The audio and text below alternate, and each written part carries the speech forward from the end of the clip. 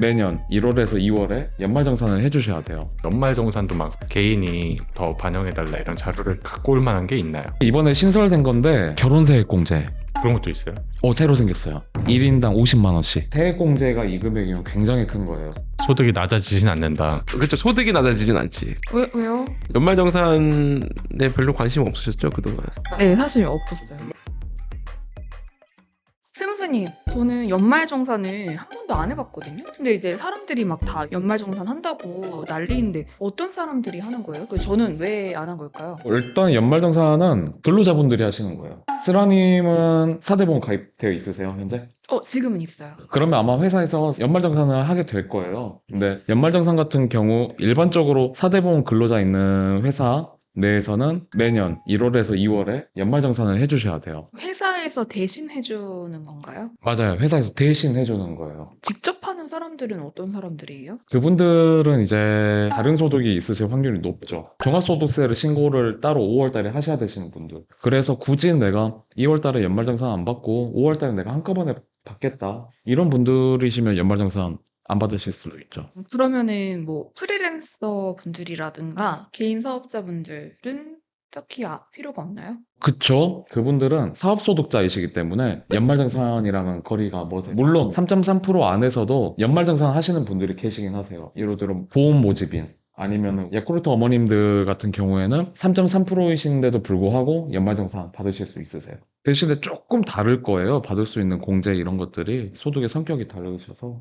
그러면 이게 소득이 막 높으면 높을수록 좀 못 받는다거나 뭐 이런 것도 있죠. 맞아요. 소득 금액이 얼마냐에 따라서減免율 아니면 세액 감면율 이런 게 좀 다른 세액 공제들이 몇 개 있어요. 예로 들면은 월세액 세액 공제. 월세액 세액 공제가 5,500만 원 이하까지가 17%, 5,500이나 8천만 원 사이는 15%. 이런 식으로 각 구간마다 받을 수 있는 감면율이 좀 차이가 있고 업종별로도 차이가 있어요. 업종은 없어요. 전혀 상관없어요. 다 똑같아요. 저도 궁금한 거 있어요. 종합소득세 신고하신 분들은 보통 뭐 단순 경비를 반영하고 뭐 추가로 본인이 비용 처리하고 있으면 반영해달라고 하시잖아요. 보통 연말정산도 막 개인이 더 반영해달라 이런 자료를 갖고 올 만한 게 있나요? 일반적으로 보통은 홈택스 연말정산 간소화 PDF 아시죠? 네. 일단 가장 기본적으로 그거를 회사에 제출하게 될 거고 그 이외에 내가 뭘 준비를 해야 되냐 내가 월세를 살고 있다 국민주택 규모 이하이고 기준시가 뭐 4억 원 이하이고 이런 요건을 갖춘 주택에서 내가 월세를 살고 있다면 임대차 계약서 그리고 내가 얼마의 월세를 냈는지 입금 내역 그거를 제출해 주시면 되시고 요새 이번에 신설된 건데 결혼세액 공제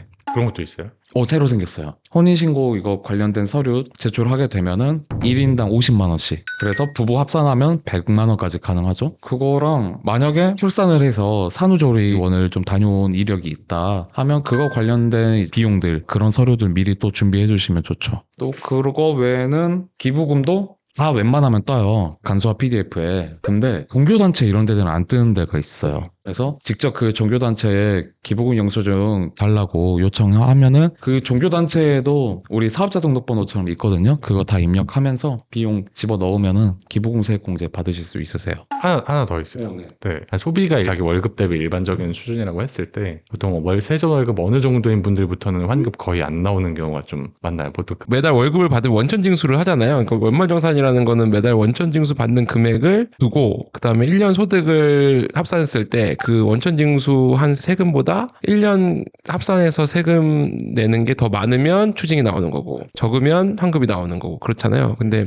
우리가 연봉 1억으로 설정했을 때 소득공제나 이런 거 기본공제 했을 때 한 8,800만 원 그 구간으로 떨어지거든요. 그랬을 때 이제 원천징수 세액이랑 연말정산에서 1년치를 합산해서 세금을 매긴 거랑 거의 비슷해지는 경우가 많아요. 추가 납부세액 없이 되거든요. 그거보다 넘어가면 이제 일반적으로 추징이 많이 나올 거고 그거 아래면은 이제 세금이 환급이 좀 될 거고 그렇게 보시면 될 것 같습니다. 그리고 이제 아까 물어보신 것 중에 이제 연말정산 때 빠지는 것들이 어린이집 또는 학원들 있잖아요. 영세한 학원들은 본인들이 수강료 받은 거에 대해서 국세청에 등록을 안 하는 경우가 종종 있어요. 그러니까 누락하는 경우가. 그런 것들은 간소화 서비스 자료에는 안 나온단 말이에요. 그래서 그거는 반드시 그 해당 기관에 요청을 해서 받아서 제출을 해야지 연말정산할 때 공제가 가능하거든요. 그런 것들은 사실 근로자분들이 좀 꼼꼼하게 챙기실 필요가 있죠. 그게 누락이 되면은 혜택을 못 받는 거니까. 제가 막 강의 같은 데 가면 그 이야기를 꼭 해드린 게 신용카드 신용카드 공제 이거 가장 효율적으로 가장 맥시멈으로 잘 받으려면은 세전 연봉의 4분의 1로 나누면 그 금액까지 신용카드로 쓰고 그 이상부터는 체크카드 쓰는 게 가장 효율적인 방법 중에 하나예요. 왜요? 더 쓰면 안 돼요? 아, 그게 왜 그러냐면 신용카드 사용액은 공제율이라고 할게요. 15%밖에 안 돼요. 현금 영수증 아니면 뭐 체크카드 이런 것들은 30%예요. 2배 차이 나죠. 그래서 내 연봉의 25%까지는 공제 못 받으니 25%까지 그냥 신용카드 싹 채워버리고 그 이후부터는 조금 번거롭더라도 체크카드 사용하면서 이런 식으로 활용하는 게 신용카드 공제 가장 효율적으로 받는 방법 중에 하나예요.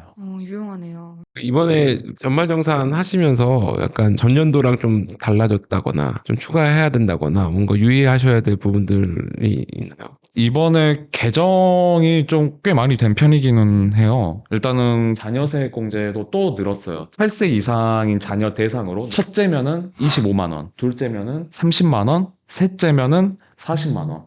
합산이에요. 내가 셋째까지 있다 하면은 95만 원, 넷째도 있고 다섯째도 있다 하면은 계속 한 명당 40만 원, 넷째, 다섯째 다 40만 원씩. 세액공제인가요? 세액공제. 세액공제가 이 금액이면 굉장히 큰 거예요. 소득공제가 아니기 때문에. 소득공제는 내가 번 돈을 줄여주는 거고 세액공제는 내가 낼 돈을 줄여주는 거니까 딱 우리가 느꼈을 때는 내가 낼 세금이 100만 원인데 50만 원 깎아줄게. 그러면 내가 실제로 낼 돈이 50만 원 줄어드는 거지만 소득공제가 뭐 100만 원 된다. 이러면은 내가 이제 소득이 100만 원 줄어드는 거니까 100만 원 덜 번 거에 대한 세금이 줄어드는 거다. 그래서 세율이 적용이 돼서 내 세율이 15%다. 그럼 100만 원 줄어들었으면 15만 원이 줄어드는 이런 효과가 있다고 보는 거죠. 소득공제, 세액공제 이게 누구에게 유리한지가 각각 있어요. 돈을 많이 버시는 분들에게는 소득공제가 유리해요. 왜냐면 이게 누진 세율 구조 때문에 그래요. 세율 구간이 있잖아요. 소득별로. 소득이 높으신 분들은 35%, 38%, 뭐 40%까지 올라가신단 말이에요. 똑같이 소득공제 100만 원 받았을 때 진짜 돈 많으신 분들은 내가 100만 원 봐도 세금이 40만 원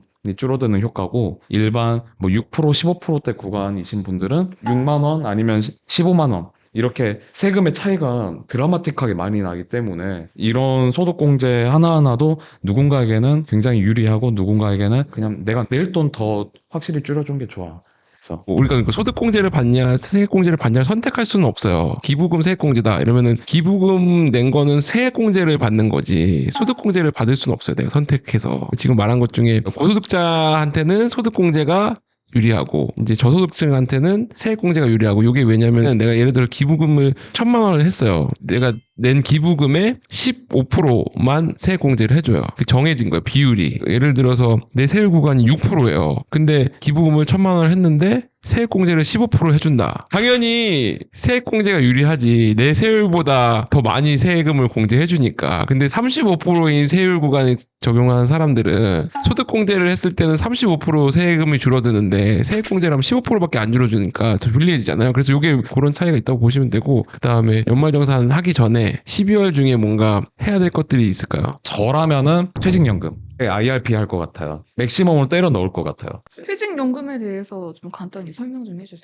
내가 실제로 이제 은퇴했을 때 어떤 은퇴 자금으로 연금 형태를 받고 싶다라는 걸 미리 적립을 해놓는 거예요. 회사에서 하는 퇴직연금은 퇴사하면 주는 거고, 요거는 본인이 일정 나이가 되면 연금 형태로 수령할 수 있게 이렇게 이제 적립을 하는 거다. 은퇴 자금을 형성하는 거라고 보시면 돼요. 그래서 그거는 소득이 낮으면 더 15%까지 세액공제를 해주고 납입 금액에, 그다음에 소득이 높으면 12%까지만 해주고 이렇게 보시면 돼요. 그러니까 이것도 일시납 가능하니까 저도 항상 그 12월 달에 다 그냥 입금해버리거든요. 제가 하나 더 말씀드릴 것 중에 사실 이제 요거는 잘 모르시는 분들 많은데 벤처 기업이나 또는 벤처 투자 조합에 내가 주주로 참여했을 때 그 참여한 금액을 소득공제를 해줘요. 근데 이게 출자기 때문에 투자예요. 이거는 그냥 내가 어디 저축하거나 나중에 돌려받을 수 있다는 보장이 되는 게 아니고 벤처 기업이기 때문에 굉장히 리스크 큰 투자가 될 수밖에 없거든요. 근데 그런 투자를 했을 때 그 금액을 소득공제를 해준다. 예를 들어서 3천만 원까지 100%라는 건 뭐냐면 내가 월급이 1억이면 3천만 원을 벤처에 투자를 했어. 그럼 내 월급은 7천만 원 가지고 세금을 계산을 하겠다는 거예요. 3천만 원 그냥 소득에 빼주는 거예요.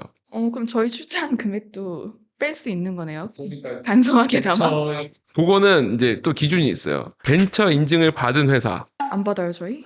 근데 받는다고 해도 이미 출자한 금액은 못해요. 왜요? 그 받은 이후에 출자한 금액. 그래서 이게 약간 애매한 게 우리가 처음에 벤처를 설립하잖아요. 벤처 회사 설립할 때 처음 출자금으로 넣는 금액들 이제 설립하는 시점에 그거는 무조건 못 받아. 항상 그래서 이거는 증자를 하거나 이랬을 때 효과가 있는 거지. 그게 이제 제가 알기로는 주식 매입이 아니고 회사에서 발행 사채를 구입하는 경우에도 출자로 보고 진짜 투자를 권장하는 그런. 그렇죠. 벤처기업 투자를 권장하기 위한 취지인 거죠. 요거는 사실은 잘 활용하시면 굉장히 큰 세금 혜택을 보실 수 있다라는.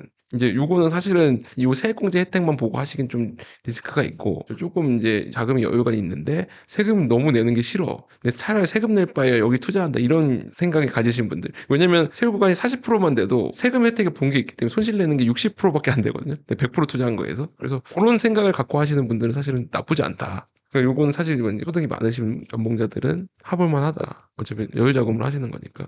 3천만 원 100%긴 하는데 더 출자하셔도 공제율이 조금 낮아질 뿐이지 공제는 받을 수 있다. 3천만 원까지는 100%다 소득공제. 3천만 원 초과해서 5천만 원 이하까지는 70%, 5천만 원 초과는 30%까지 소득공제 가능하다. 뭐 더 궁금하신 거 없으세요? 연말정산에 별로 관심 없으셨죠 그동안? 네, 사실 없었어요. 원래 반풀이 하시니까 별로 하실 게 없을 거예요. 종합소득세가 메인이라서 4대 보험 조금 들어가니까. 그래서 제가 여쭤본 거예요. 왜 나는 여태까지 연말정산을 안 했을까? 사람들은 12월 달에 막 연말정산 이러면서 난리인데 왜 나는 여태 안 했지? 왜냐면 근로소득 비중이 낮아서 별로 이게 크게 의미가 없어서 그랬을 수 있어요. 네, 오늘은 연말정산에 대해서 알아봤습니다. 엄청 기초부터 퇴직연금까지 제가 몰랐던 거 많이 알았던 기회인 것 같아요. 즐거운 시간 보내시고 따뜻한 연말 되시길 바랍니다. 다음에 뵐게요. 네, 고맙습니다. 고생하셨습니다.